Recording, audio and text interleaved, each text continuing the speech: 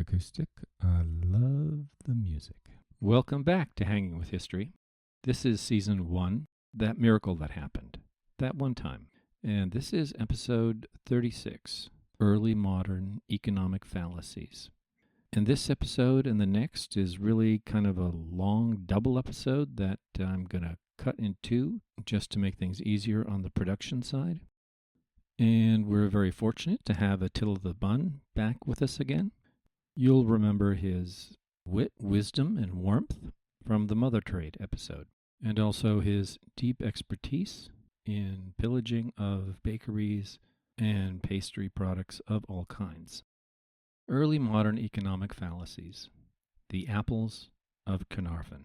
During the early modern period, there was just the faint, tiny, shy glimmerings of coherent economic thought, like Thomas Smith's discourses from 1549 that we encountered last episode.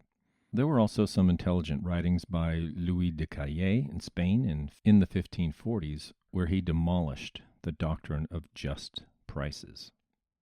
Mainly, Tudor politicians like Cecil and Stuart politicians following them had a great deal to unlearn from the genteel assumptions their upbringing left them. We will hear how learning economic value is a thing every generation, every person has to do on their own, because it involves a learning process that begins with unlearning and then learning something new. So we seem to be stuck with it. It will come up in the Birth of Science episodes 38 and 39. Most societies were not capable of the new thinking, but it is not obvious why. We've been building up a picture of why Britain was different throughout this season. So here's my question. What could be the connection between England as the minimally murderous country and the learning of economic truths? Or alternatively, the letting go of economic fallacies? I'll say now, I think it was the orientation towards justice of the Puritans in the 1640s and 50s that led to favoring freedom over compulsion on moral justice grounds, right? Because they had no way to know that freedom would be so superior to compulsion in day-to-day practicality. That the Puritans would come to power the way they did seems a historical accident, arising mainly out of the failures of Archbishop Laud. And this argument will be developed from episode 40 to 47. But first, I bring you early modern economic fallacies. Fallacy 1, the Apples of Caernarvon Fallacy. A cargo ship arrives in the Welsh port of Caernarvon. A beautiful green setting with blue mountains in the background as the rays of the setting sun shine golden upon a gorgeous turreted medieval castle. The ship owner wants to sell apples in town. Just plain apples, not the apples that Eve tempted Adam with. But he's not welcomed with smiles and comments about, "Oh boy, apple pie this week." Instead, the local government is outraged at the very idea. Bizarrely, but quite normally for the time, they have the idea in their heads that whatever the ship brings to the town and whatever it takes away from the town is somehow a way to evaluate the trading activity the ship owner wants to do as a moral proposition.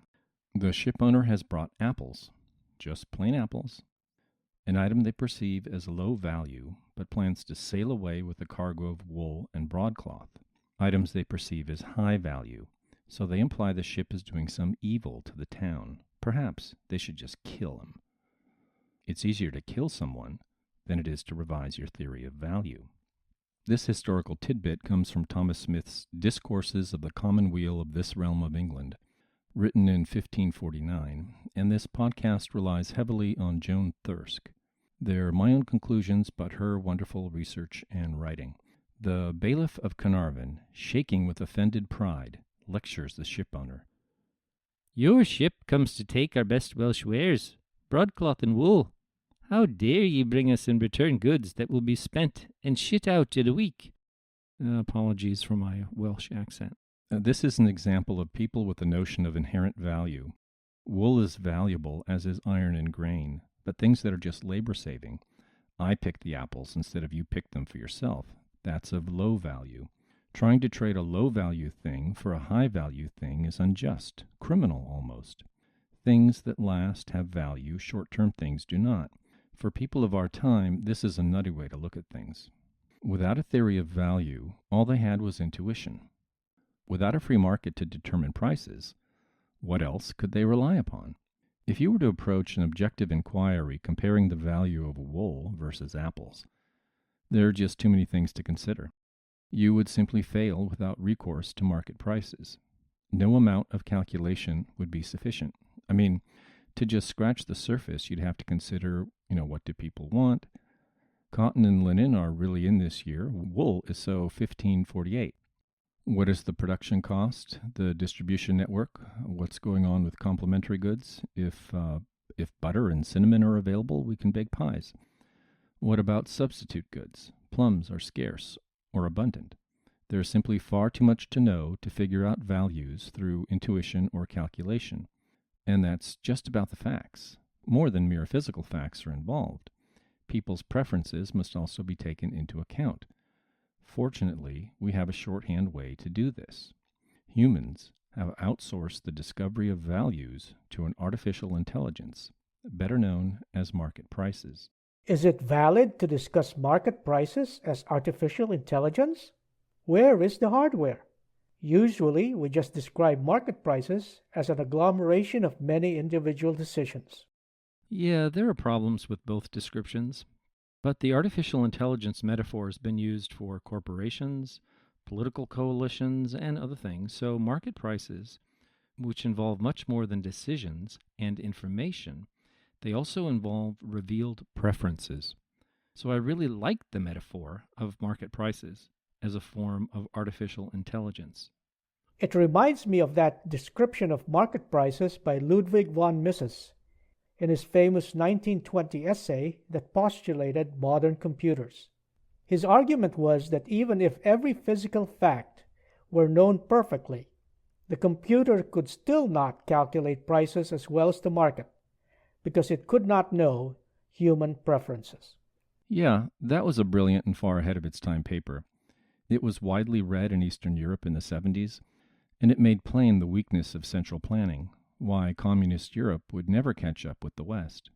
Polish economists, and one was one of my professors, realized that von Mises had hit upon a crucial truth, and they felt it was their task to rescue socialism.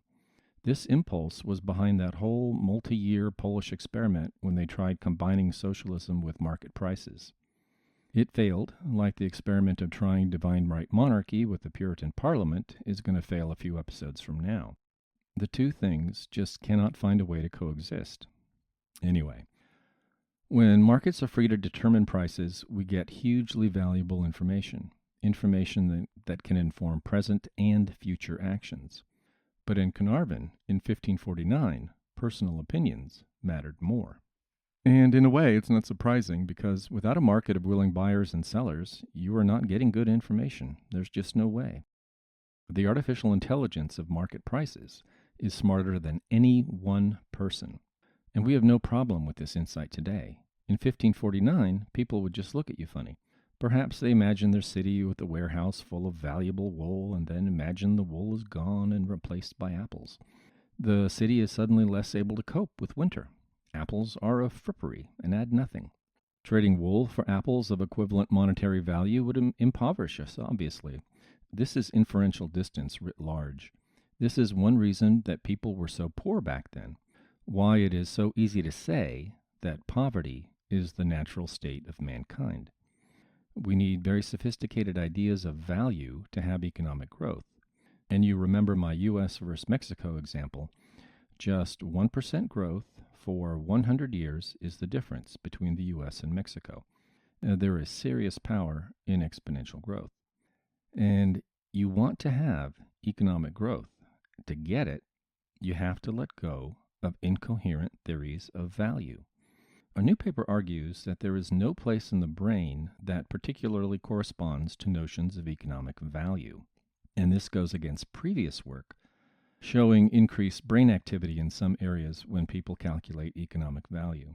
The argument takes up new work on heuristics to suggest that the existing evidence is better explained by the idea that our brains learn action policies. Through a combination of education and experienced action in the real world, We shape how we choose between options.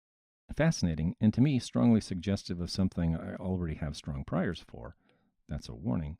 We had to unlearn a lot of economic fallacies before we could enter the modern world of the miracle, because our stupidity kept strangling the miracle before it could thrive.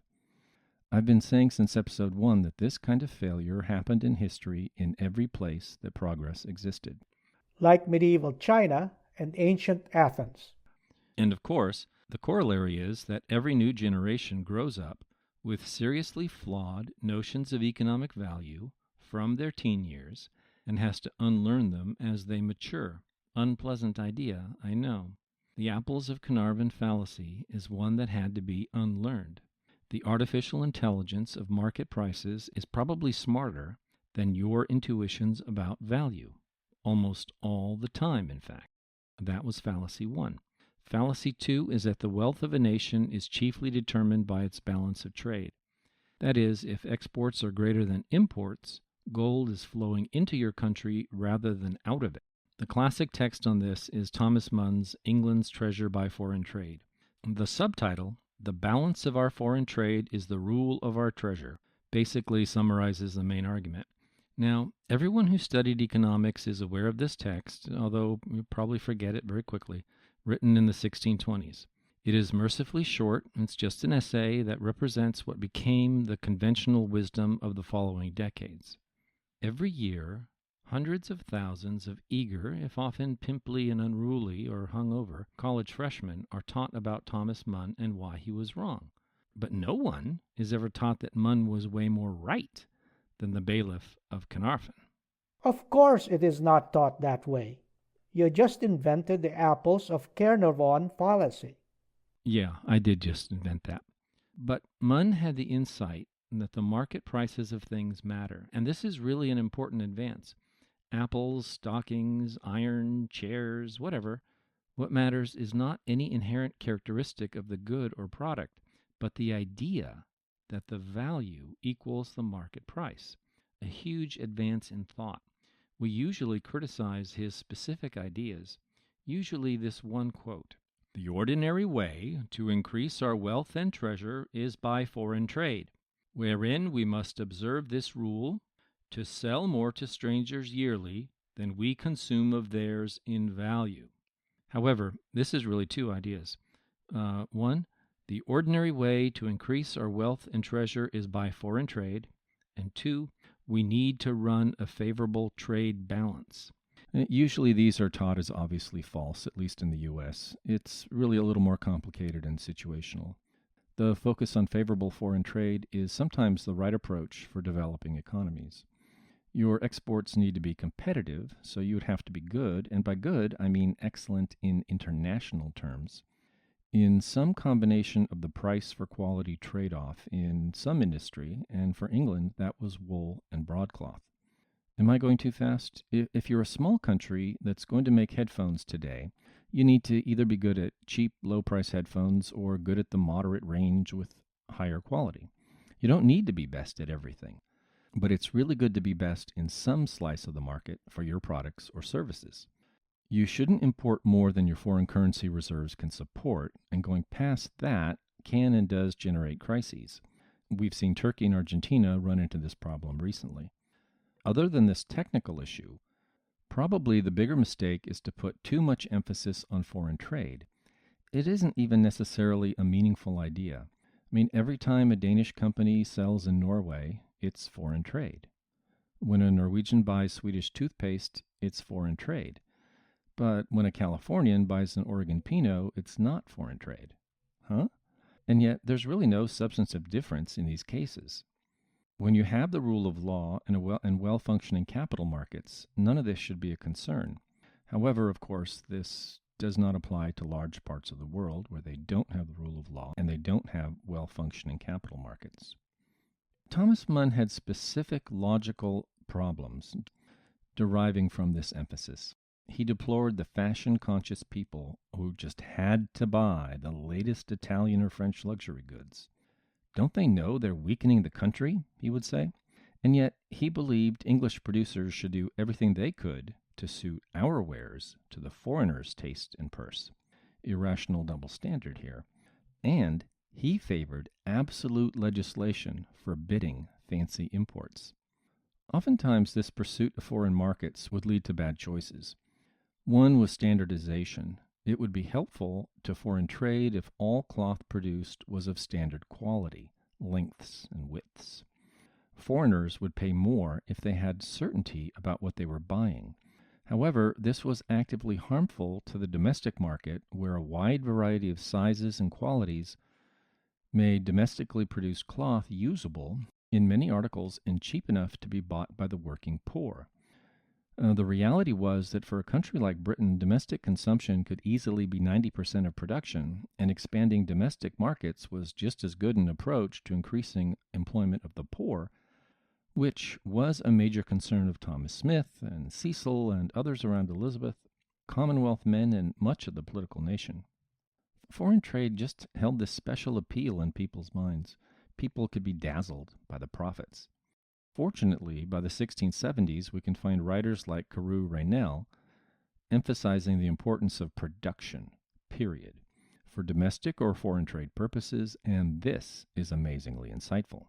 I'd say that is obvious, as close to a general truth as possible. Get out of the way, let people produce and work, and poverty goes down. Well, this predates Adam Smith by 100 years. Carew Raynell is sort of an unsung genius, emphasizing that England needed to devote itself to domestic trade, which would include the North American colonies. In that respect, he's like Michael Pettis today with his emphasis that China needs to switch from a focus on trade to increasing domestic consumption in order to avoid problems created by imbalances in their economy, mainly debt. His work isn't necessarily geared to non-specialists, but I highly recommend him if you want to understand the economic situation the world is in today. So, in the 1620s, Munn was wrong about all kinds of things, but he gained the meta-truth, unnoticed at the time and even now by most, that economic value is determined by market price most generally. So Fallacy 2 was a big step forward over Fallacy 1. Fallacy 3 was that middlemen were like parasites and vampires, sucking unearned profits out of economic activity. I find this one really interesting, with another meta-truth sitting in the middle of it, just as in Fallacy 2. Parasites and vampires that suck unearned profits really are bad. And many of the people in government putting forward this idea were having a look-in-the-mirror experience. Do you know what a look-in-the-mirror experience is? They were getting unearned profits themselves. They were awarding unearned profits to their friends via public offices and monopolies. But we'll wait to talk about that more with fallacy number 4. But the look in the mirror metaphor is a great one. If you want to know what is wrong with your life, the best place to look is in the mirror. Usually, the mirror will show you who is doing the wrong things. The mirror will show you someone you could influence to change. The mirror will show you the person best placed to improve things for you. In that great art museum in Chicago, I saw a statue of truth with a capital T. It's a classical figure looking in a handheld mirror. It's the responsibility mindset right there. It's also so practical, because it's true that the person in the mirror is the person who's most likely to listen to you and most likely to want to help you and most likely be equipped to help you. I just love that idea. Fallacy number 3 led to weird ideas, like that it was superior for a miner of ore to smelt the ore and sell directly to cannon foundries, tool makers, and the like. This discouraged the real efficiency of selling to a market where people could warehouse goods most efficiently, deal with intertemporal effects most efficiently, develop superior knowledge of end users of the good produced, how and when they want it delivered, who could be induced to switch away from some other good, and everything to do with marketing and sales to end users. Whatever, the point is, it is in reality usually better when there's specialization in the value chain from producer to end user. And we talked about how they tried to stop the Chapmen. One of their biggest mistakes was to prosecute milk and dairy distributors as middlemen. London nearly went hungry. Is this obvious for everybody? At the dairy, you care for cows, get the milk. How can it be unjust for someone else to package the milk? How can it be unjust for someone else to manage delivery to the consumer? And yet the Crown had many notions like this. Now, again, by the 1670s, Carew Raynal and many others would write that industries which passed work through many hands for different processes benefited the nation more than that which involved only one process direct from producer to consumer. You can see they're getting quite close to an idea of economic efficiency based on price signals. Harold, it is more than that. You just described prefiguring the concept of the division of labor.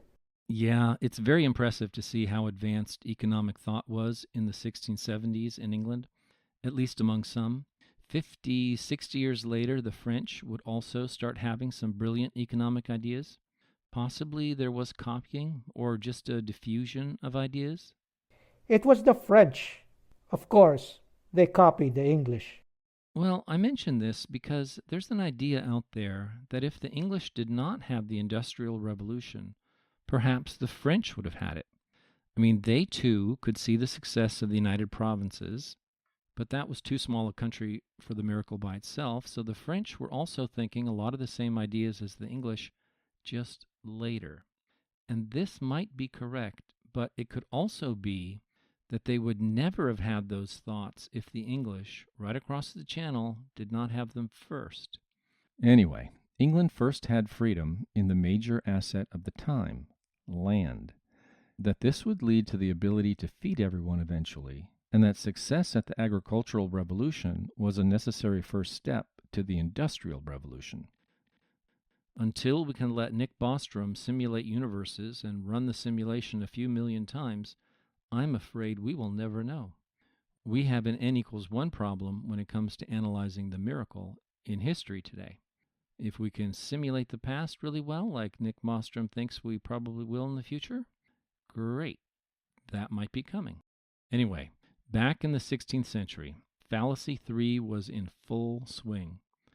Last episode, I mentioned that Chapmen, passing through the countryside on foot, were the connection between many small producers of goods and small retailers of goods, especially low-priced goods for the poor. Well, they legislated against the Chapmen over and over again, and the work was dangerous. There were all these uncouth Scotsmen wandering around. Not all those who wander are lost, you might say. But the world hadn't had Tolkien either. I hesitate to say that we have finally defeated Fallacy 3. Hate to say this, but we have no shortage of bad regulation like this in California. Remember the 10-foot pole rule. Fallacy 4. Patents grant monopolies. Patents are good. Patents help make things better. Therefore, monopolies are good as if by a transitive property. Obviously, this is not a logically valid construction. However, with a crown desperate for money and abounding in greedy courtiers, they managed to convince themselves somehow. Remember that after keeping power, finances were Elizabeth's biggest priority. And this was also true for the Stuarts, as James I, son of Mary, Queen of Scots, succeeds Elizabeth. Handing out a monopoly allows the monarch like Elizabeth to reward a favorite courtier, like, for example, Raleigh with his retail wine monopoly. A fiscally constrained government could grant a monopoly instead of crown lands, or offices to reward loyalty and service. It seemed like a cheap, no, actually free, way to encourage loyalty and service. And later on, the Stuarts would grant monopolies in return for a cut, or an upfront payment, or debt forgiveness. And the application of this idea was one of the scandals of the early 17th century. And in a later episode, I'll argue that these scandals contributed to the English Civil War, that the distribution of parliamentary versus royalist cities was affected by the enforcement of these monopolies. This is pretty standard historiography, but as a lay reader, I never really understood it until I took a deep dive into the monopolies. It all started with patents. Conventional wisdom was that the patent system started in England. though now we understand that Venice and the Swiss cities were giving patents a century before England started with Elizabeth. Florence also. We can now see that Cecil, as was his pattern in casting about for solutions to problems, looked at what other countries were doing to find new solutions for English problems. I've said before that he was a brilliant guy. He often sought out facts and examples instead of just relying on intuitions. He wanted foreigners to settle in England and bring their superior technical skills. But how could he encourage them to start businesses? He didn't have development tools like tax credits or exemption from regulation, partnering with the university for research, and none of these concepts existed. But he could give patents. The very first patent given in England was for a new technique in glassmaking in 1552, but it was after 1560 that a large number were given out. The idea was that an inventor could get exclusive right to manufacture a product for some years, but there was an important rider that they started to forget. Quote, according to the particular methods of which they were the true pioneers and inventors, unquote. And that's at least something fair if it's true that you are the inventor. But the Stuarts abandoned fairness when they first opened their eyes in the morning. So a patent would give an innovator or a foreigner bringing in new techniques a monopoly on selling the product of the innovation for a time. Fine. And this was generally not too harmful and only applied in effect to the area immediately around the patent holder. The innovations could spread out of sight. And this is great for the wealth of the nation and also apparently adequate for the inventors. But later, monopolies started to be granted to courtiers or other wealthy men who could send agents far and wide to enforce their monopoly rights. They would also try to apply their monopolies as broadly as possible, beyond the strict limits of the law. In the 1601 Parliament, monopolies were a big issue, and actually almost all the parliaments up to the Civil War. Provincial MPs spoke bitterly about the monopolists crushing the efforts of small producers in modest workshops. Their agents were called bloodsuckers of the Commonwealth. Yeah, that's what I want to do when I grow up, become a bloodsucker of the Commonwealth. Bloodsucker of the Commonwealth. That's what every little boy wants to grow up to be. Here's a longish quote from an MP in 1601. I speak for a town that grieves and pines, and for a country that groaneth under the burden of monstrous and unconscionable monopolists, of starch, tin, fish, cloth, oil, vinegar, salt, and I know not what. If these bloodsuckers be still left alone to suck up the best and principalest commodities, which the earth there hath given us, what shall become of us, from whom the fruits of our own soil and commodities of our own labor, which, with the sweat of our brows, even up to the knees in mire and dirt, we have labored for, shall be taken from us by warrant from supreme authority, which the poor subject dares not gainsay. Next week we conclude Early Modern Fallacies.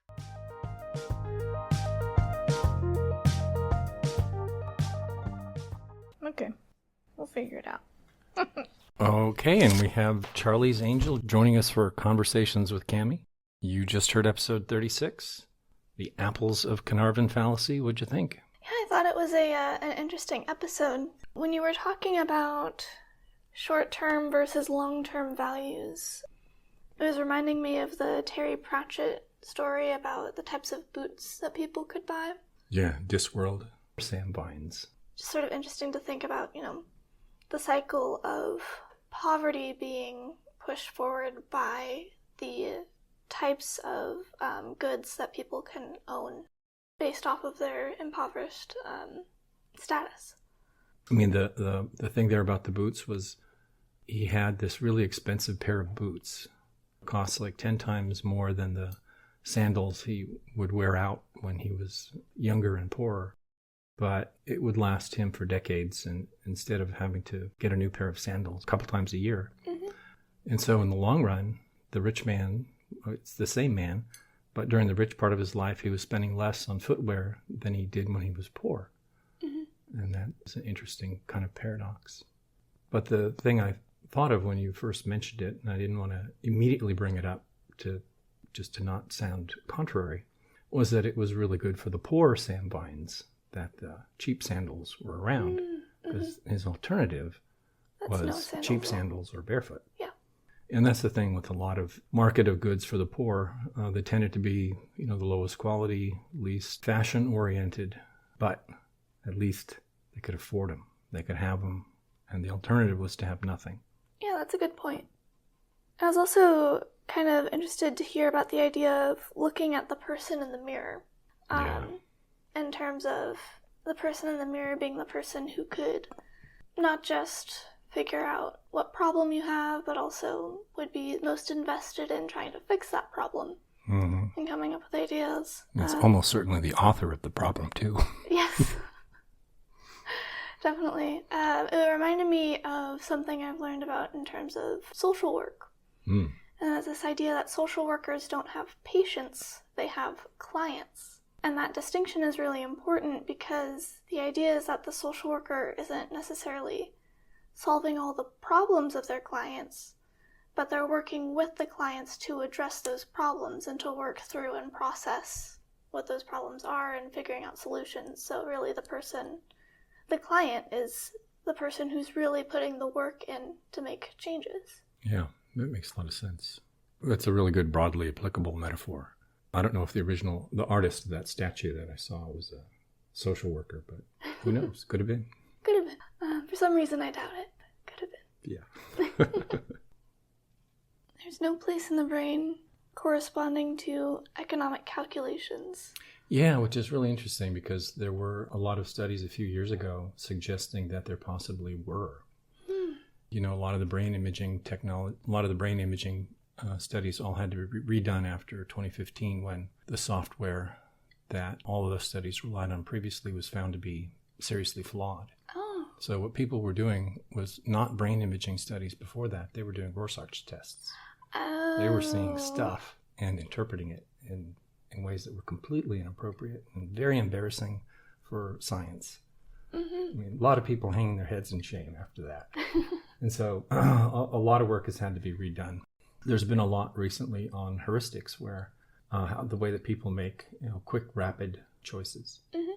The specific one about economic value that came out recently, I don't know if it's going to hold up or anything, but it suggested that people have to learn those kind of heuristics over time, which is that notion of unlearning. Yeah, the idea was that when people are younger and dependent, the incentive structures, the things that make sense to do, are just different than when you're responsible for yourself or responsible for somebody else. And so that everybody has to go through this process of unlearning and learning. And it can be helped with education, but it's also learned through experience. At least that was the conclusion they came to.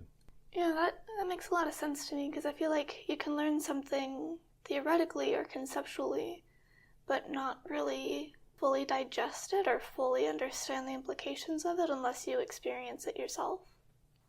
I'm also kind of interested by the thinking of market prices as sort of an artificial intelligence as a way to understand preferences. Right. Market prices are sort of a complex idea that I guess treated a little bit simply, and I'll probably continue to, but people often don't appreciate that there's a really simple explanation for what a market price is, like for a stock or foreign exchange or some commodity. It's nothing more or less than the price that's necessary to make all the transactions between buyers and sellers clear that day. If you add a dimension of time, you get the information over a variety of circumstances. You're getting a real revealed preference for, what people want, one thing versus another, and it's real. It's based on actual, factual, underlying reality of people's lives and circumstances. It may just be a pile of numbers, but it has a kind of beauty to it. The notion of it as an artificial intelligence is sort of puts it above a simple calculation and takes it out of the sort of the mundaneness of the way that market prices are actually determined day to day. Gives you a higher level framework for thinking about it. All right, so thank you, Charlie's Angel. We're really glad to have you on the program. Thanks for having me on.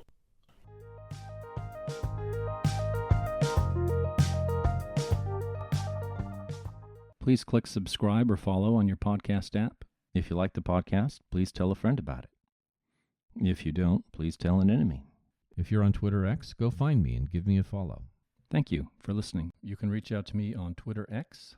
Just search for Hanging with History, or email me at hangingwithhistorypodcast@gmail.com. Or you can send a text through the link in the show notes.